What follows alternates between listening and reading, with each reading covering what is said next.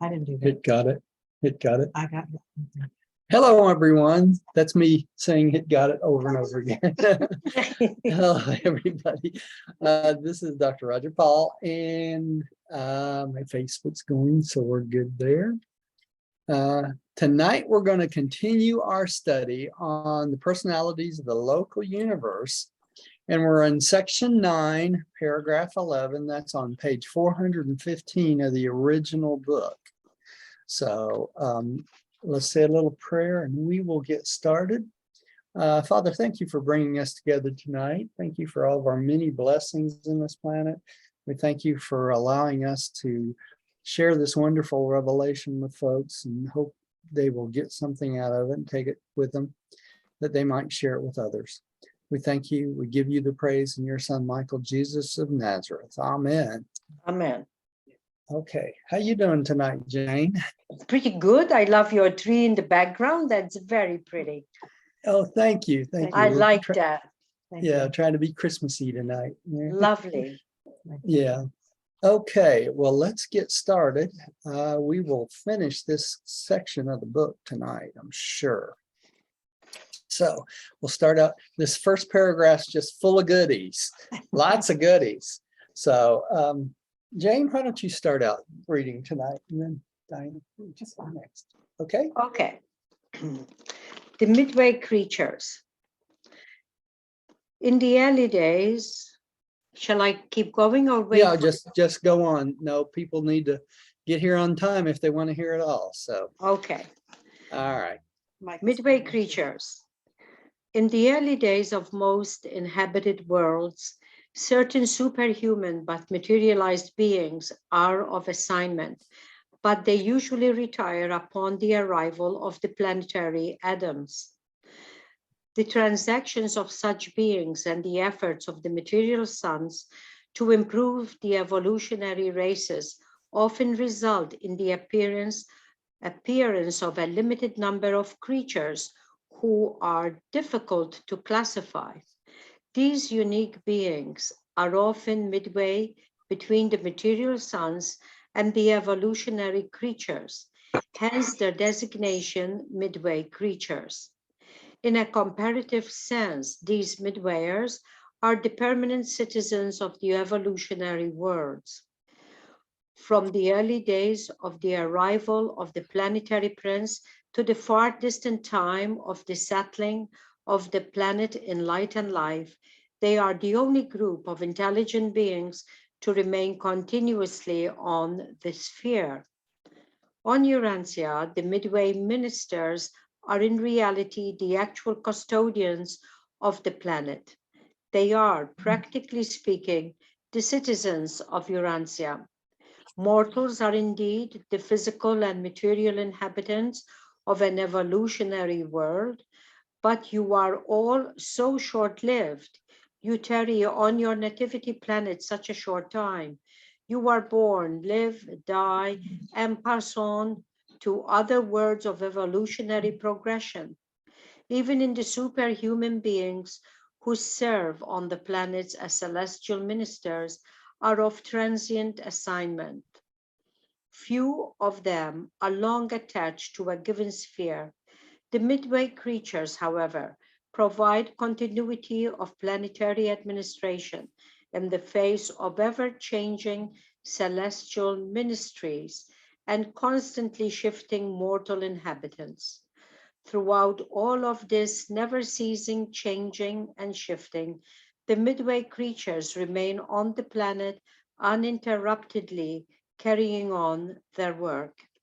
Okay, there's a lot of information in this first paragraph. So I'm going to start at the top of the paragraph and work my way down. Okay, first it says that there's certain superhuman but materialized beings are of assignment. Do you know who they're talking about there?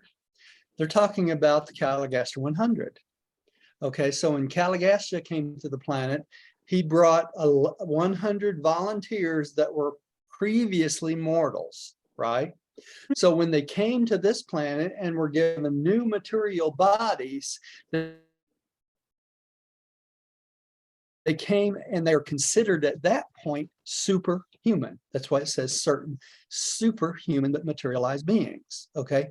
And these materialized beings, or these super people, the Caligaster 100, normally stay on the planet until the arrival of a planetary Adam and Eve. Okay. Now, we know that 60 out of the 100 rebelled, don't we? Also, we also know that from the Caligaster 100 came 50,000 primary midwayers. Remember that? Okay, so the 50,000 primary midwayers are the permanent midwayers that are the permanent citizens of Urantia, along with the secondary midwayers. The secondary midwayers came from Adam and Eve, right? The primary came from the Caligaster 100. Now, we also know that 40,000 of the 50,000 primary midwayers rebelled, don't we?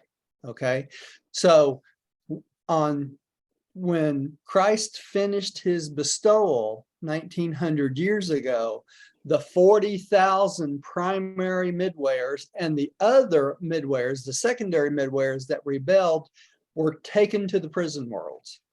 Okay, and they're awaiting judgment. So those 40,000 that rebelled were removed from the planet right at Pentecost. Okay, I want to make sure that's clear. So the beings they're talking about as superhuman beings were the Caligaster 100. And then the other midwayers, you got two races of those. The first one, the primary, and the second, the secondary midwayers. All right, and it says here that these are considered the permanent citizens of the evolutionary world. So that means there's some sort of midway creatures on every single evolutionary world. Make sense? Okay, so we are not considered the permanent citizens ourselves. Why is that? Because we are short-lived. We only live about 100 years at the most, right? And we are in essence visitors on this planet, okay, as humans. But the midwayers are considered the permanent residents and citizens of the planet.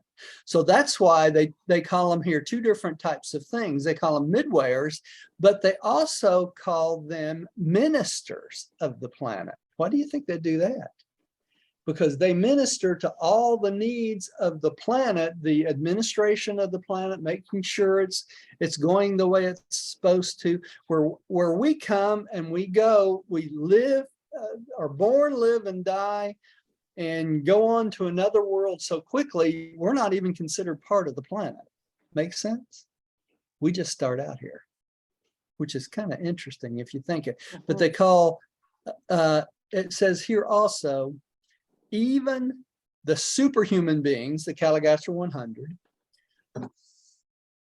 who serve on the planet as celestial ministers, they come to help bring up the barbarians to a certain point, are of transient assignment.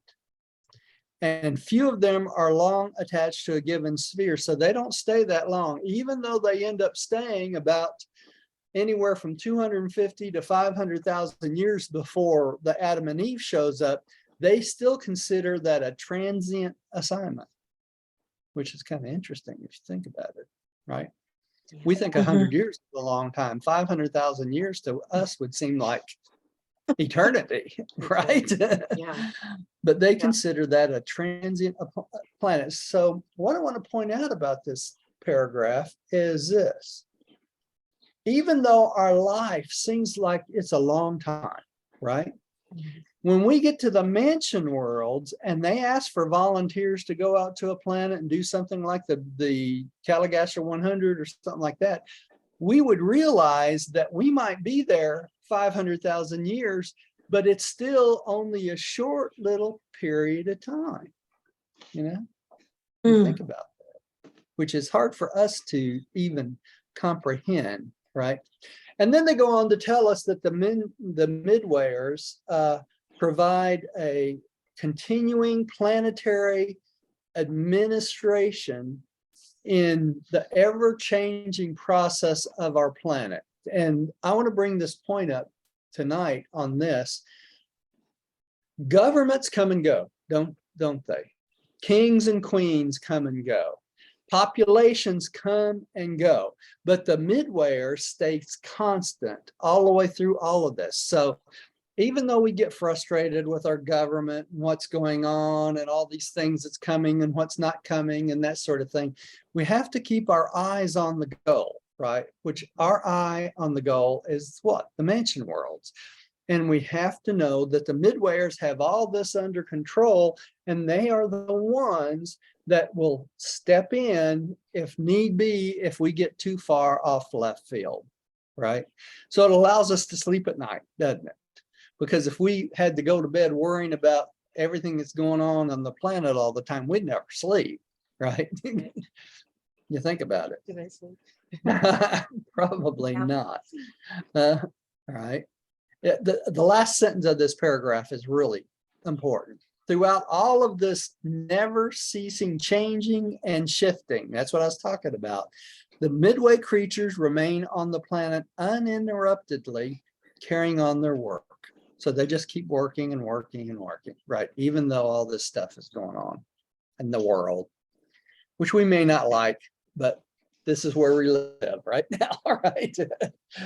Yeah. Pretty much. Yeah, briefly. All right, Diane, would you take the next one, please, dear? In like manner, all divisions of the administrative organization of the local universes and superuniverses have their more or less permanent populations, inhabitants of citizenship status. As Urantia has its midwayers, Jerusalem, your system capital, has the material sons and daughters. Adentia, your constellation headquarters, has a Univitalia. Univitatia.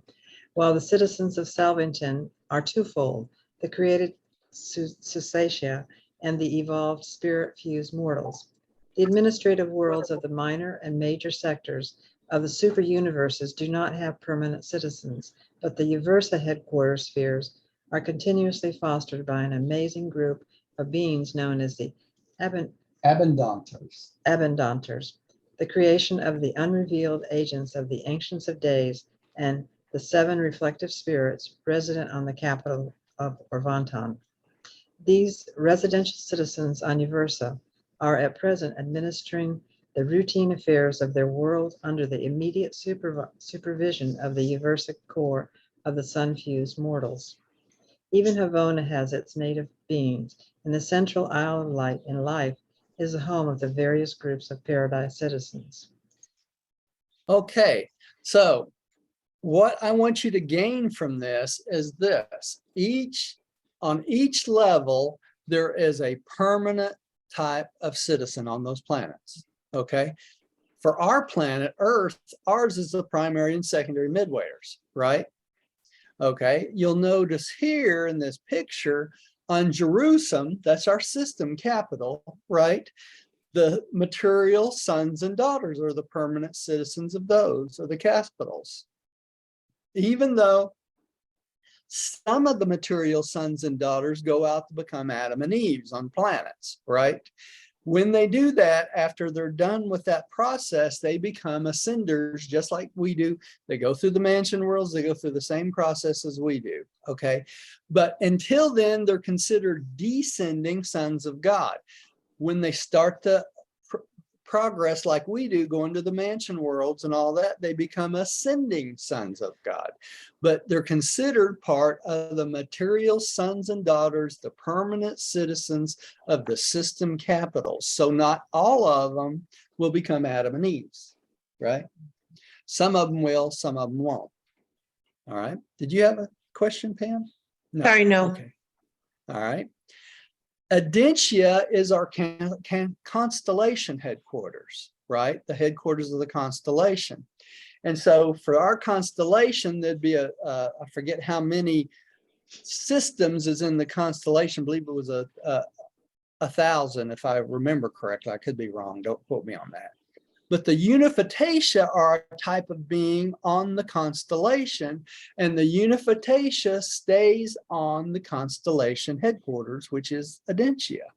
Okay, and remember, the Garden of Edens are fashioned after the gardens on Urantia. Okay, the other thing that comes from Urantia is what? The tree of life, right? So when the Calagasta 100 came to the planet, they brought with them, or was transported here, a bush, okay, which became the tree of life, okay? And that's how the superhumans, as they said, the Calagasta 100s, stayed alive for such a long period of time because it regenerated their bodies, okay? The fruits of it did. All right, and then we have Salvington.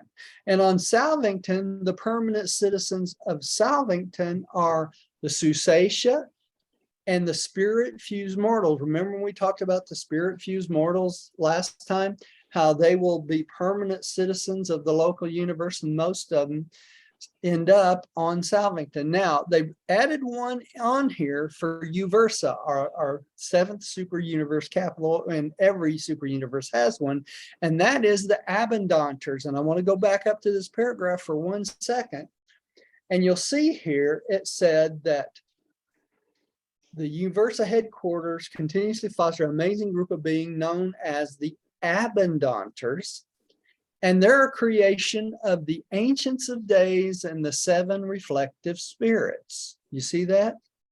So the Abundantes are the permanent citizens of Uversa, and they're created by the Ancients of Days and the 7 reflective spirits, and they are the permanent residents of Uversa itself, and they help out with all the spiritual activities on Uversa. Make sense? Yes. So every level, there's beings that are permanent. This is an interesting slide too, because I'm going to read the top of it. It says, we observe that on these highly evolved and long 7-stage worlds, this is talking about a very old planet, human beings fully learn the local universe language before they are translated from mortal into Urantia. So they learn the local universe language. The Abundantes teach them the local universe language before they die. Okay, it says, and I have visited a few very old planets where the Abundantes were teaching the older mortals the tongue of the super universe. Isn't that interesting? So they learn the super universe language before they even die. You mean before they die on the last Their mentioned planet. word? No, before they die on their original planet. Oh, but that's not ours. That's not ours. This is, No. they're talking about here worlds that are very Yeah. old, been out there Yes. long time, probably reached light in life. So they're Enlightened. teaching them, yeah, they're teaching them before they actually translate or pass, right? Mhm. All right. And this talks about the courtesy colonies, is kind of interesting, talking about the Abundantes again on Uversa. But it says the various courtesy columns ascending Urantia mortals predominate among the reversion directors, but the Unificatia represent the largest group of associated with the Nebadon core of celestial artisans. Yeah. In all Orvanton, no extra Havona beings excepting the universe Abundantes can equal the unification in artistic skill, social adaptability, and coordinating cleverness. So remember when I don't know if you remember back that far, we talked about the the celestial artisans and the reversion directors. Yes. I thought we had a chance to study with them for 2,000 years. Oh yeah, we can volunteer to become part of that core, and that's the core that entertains us and gives us reversion to make our stay in the different planets enjoyable. Okay, but part of the beings that help us out in these things are the Abundantes and the Unificatia, because they're very skilled at doing these things. And then humans can volunteer and be part of that, with your artistic skills. If you have some type of artistic skill, like Pam is great at the, what is it you do? You make Ceramics. pottery, ceramics and pottery. Yeah. You'd get to do that when you get there. And if you're good enough at it, they'd do that. Even I may even get a job. I see all my pictures I painted back above me here. Yeah. Yeah. So I may be able to do that a little bit more if I decide to learn how to do it even better. All right. I like to do singing. There you go. And Diane sings, so she may be in the entertainment part of it. Okay. Other local universe groups. Pam, would you take the next one for us, please? Besides the seraphic and mortal orders, who will be considered in later papers, there are numerous additional beings concerned in the maintenance and perfecting of such a gigantic organization as the universe of Nebadon, which even now has more than 3 million inhabited worlds, with 10 million in prospect. The various Nebadon types of life are much too numerous to be cataloged in this paper, but there are 2 unusual orders that function extensively on the 647,591 architectural spheres of the local universe that may be mentioned. 2 things in this paragraph that I want to mention that I think is important. Number one, it states that only 3 million out of the 10 million projected worlds are inhabited in our local universe.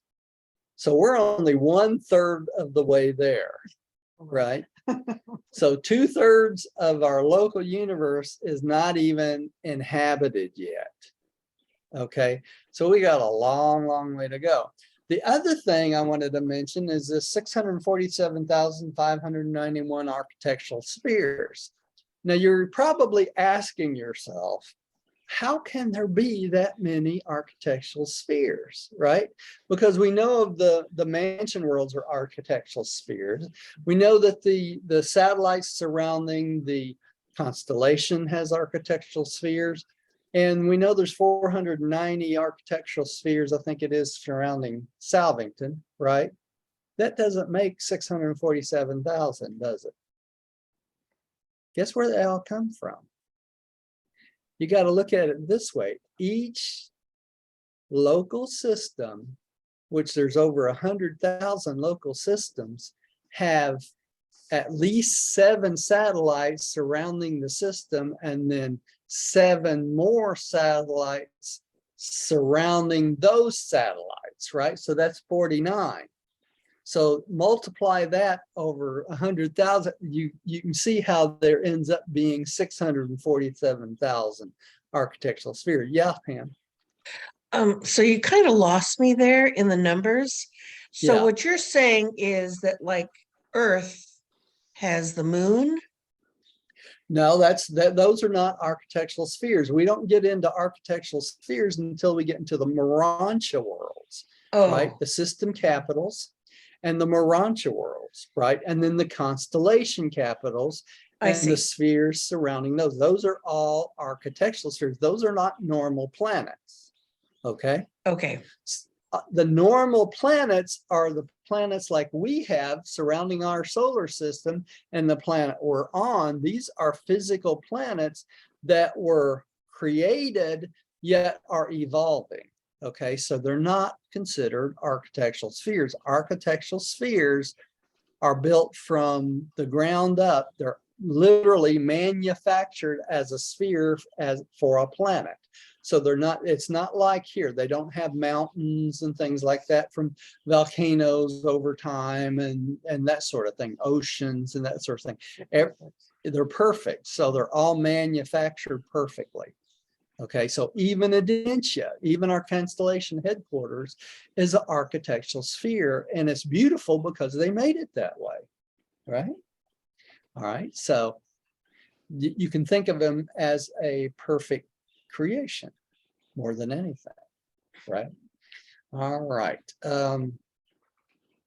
Let's see here. I think I better read a paragraph since there's only 4 of us tonight.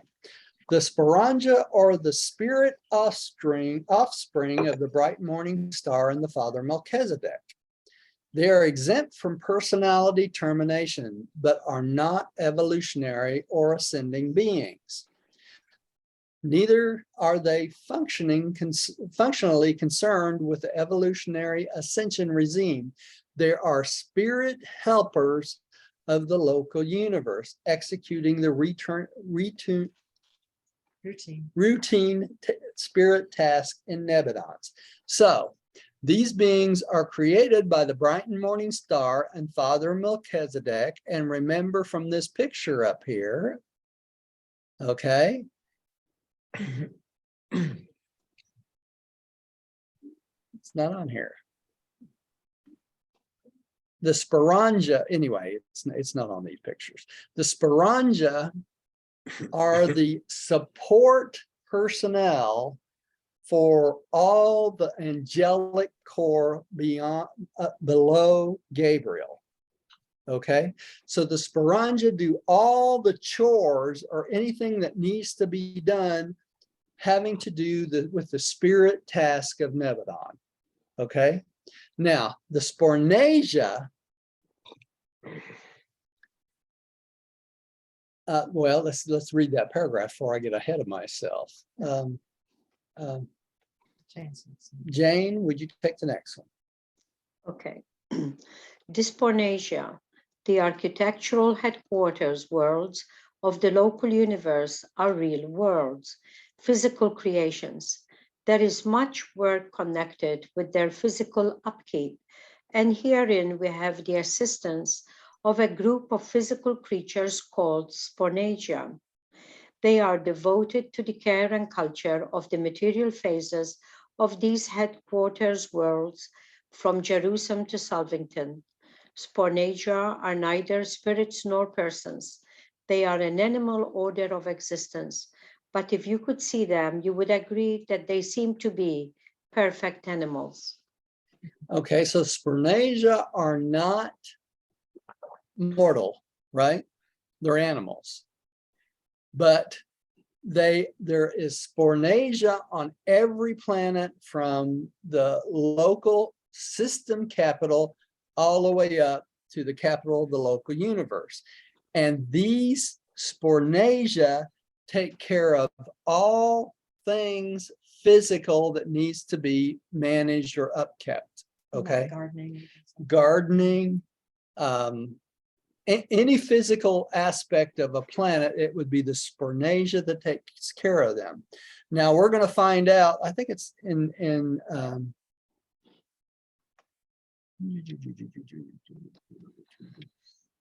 maybe not, maybe I have read it in another one, but we're going to find out that the spornagia live 40 to 50,000 years, and they are they're the only type of creature that's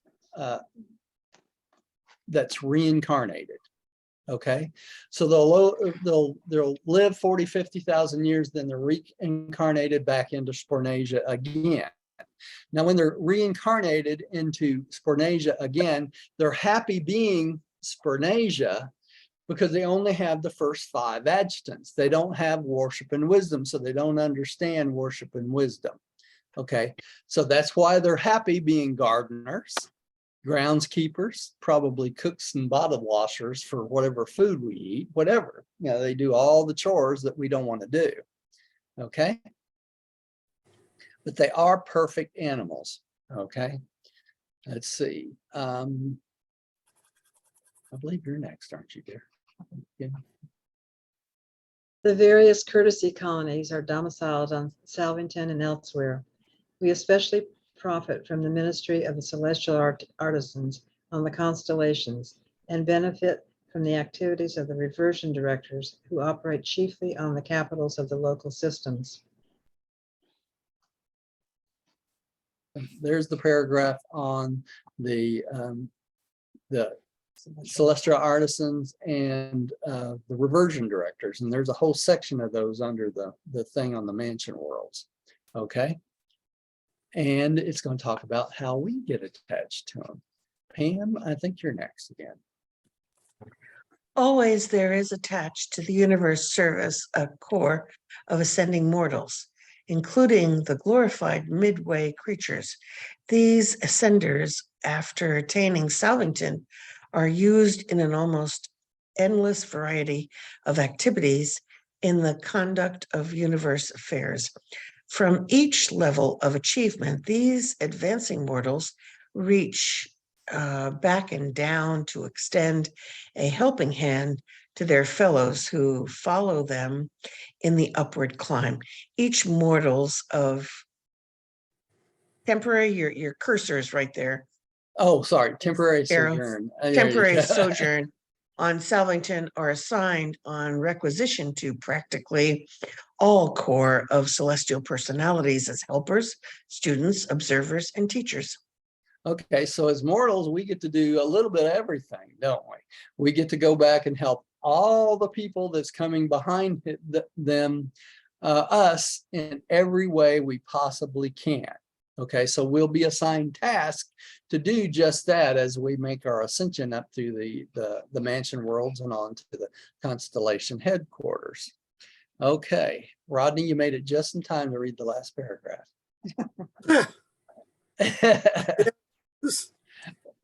Okay, there are still other types of intelligent life concerned with the administration of a local universe. But the plan of this narrative does not provide for further revelation of these orders of creation. Enough of the life and administration of this universe is being herewith portrayed to afford the mortal mind a grasp of the reality and grandeur of the survival existence. Further experience in your advancing careers will increasingly reveal these interesting and charming beings. This narrative cannot be more than a brief outline of the nature and work of the manifold personalities who throng the universes of space, administering these creatures as enormous creations. As enormous training schools wherein the pilgrims of time advance from life to life and from world to world until they are lovingly dispatched from the borders of the universe of their origin to the higher educational regime of the super universe, and thence on to the spirit training worlds of Havana, and eventually to paradise, and in the high destiny of the finalators. The eternal assignment on missions not yet revealed to the universes of time and space, dictated by a brilliant evening star of Nebadon, number 1146 of the created core. So these are one of the creative, right, evening stars, not those who earn that, right? This is one that was created that way. Right. Okay. And they also tell us here that in this last paragraph, that this narrative cannot possibly tell us about all the different types of beings that we're going to encounter, because they're too numerous to even go through. And if they did go through them, we would be so confused we wouldn't remember them anyway, right? So But they're they kind of, huh? Was that Rodney? They're charming beings. Yeah, they're charming beings. That's right. And they're there to help us out all the way through the thing. And they don't want to take away our experience of meeting the new types of beings and beings we didn't even expect to meet as we go through the ascension plan, right? So that takes care of paper 37, personalities of the local universe. And then next time we'll take up the ministering spirits of the local universe. Now, before we get off of this, has anybody got any questions they want to ask about the personalities of the local universe. No, no, You know, I realized afterwards, yeah. Yeah, yeah, She's not talking to us. I don't think she's Uh-oh. talking to us. No, yeah, I'm sure, you know, it's like she doesn't have. Okay. All right. Yes, for sure. Let's let me mute her. So, okay. Yeah. All right, there we go. Okay, so that wraps up this paper, and we'll take it from Ministering Spirits of the Local Universe next time. So this is kind of a short one, only 30 minutes, right? Yeah.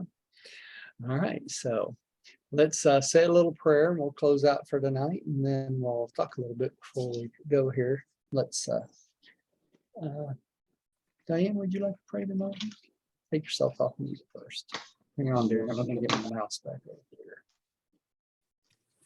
Oh, Father, in the comfort of our homes and our safe places to live, and we were temporarily living, we have so much to look forward to. A plan that has been laid out for us and that we're aware of it through this book. And we are so grateful that we have had the opportunity to study this and to learn about some of the things we'll be going through when we cross over. It's very comforting to know that we continue to live and continue to grow and know and learn and share and just evolve. It's just absolutely a miracle in many ways that we have this opportunity to experience, to prepare our souls for this journey. We thank you so much for this opportunity to gather together and to study and learn and share with each other. And we are so grateful. In your name, Jesus Christ, Michael of Nibbidon, we give thanks. Amen. amen. Amen. And thank you for joining us at home. Let me stop the live Facebook and we will go from there. Stop the recording.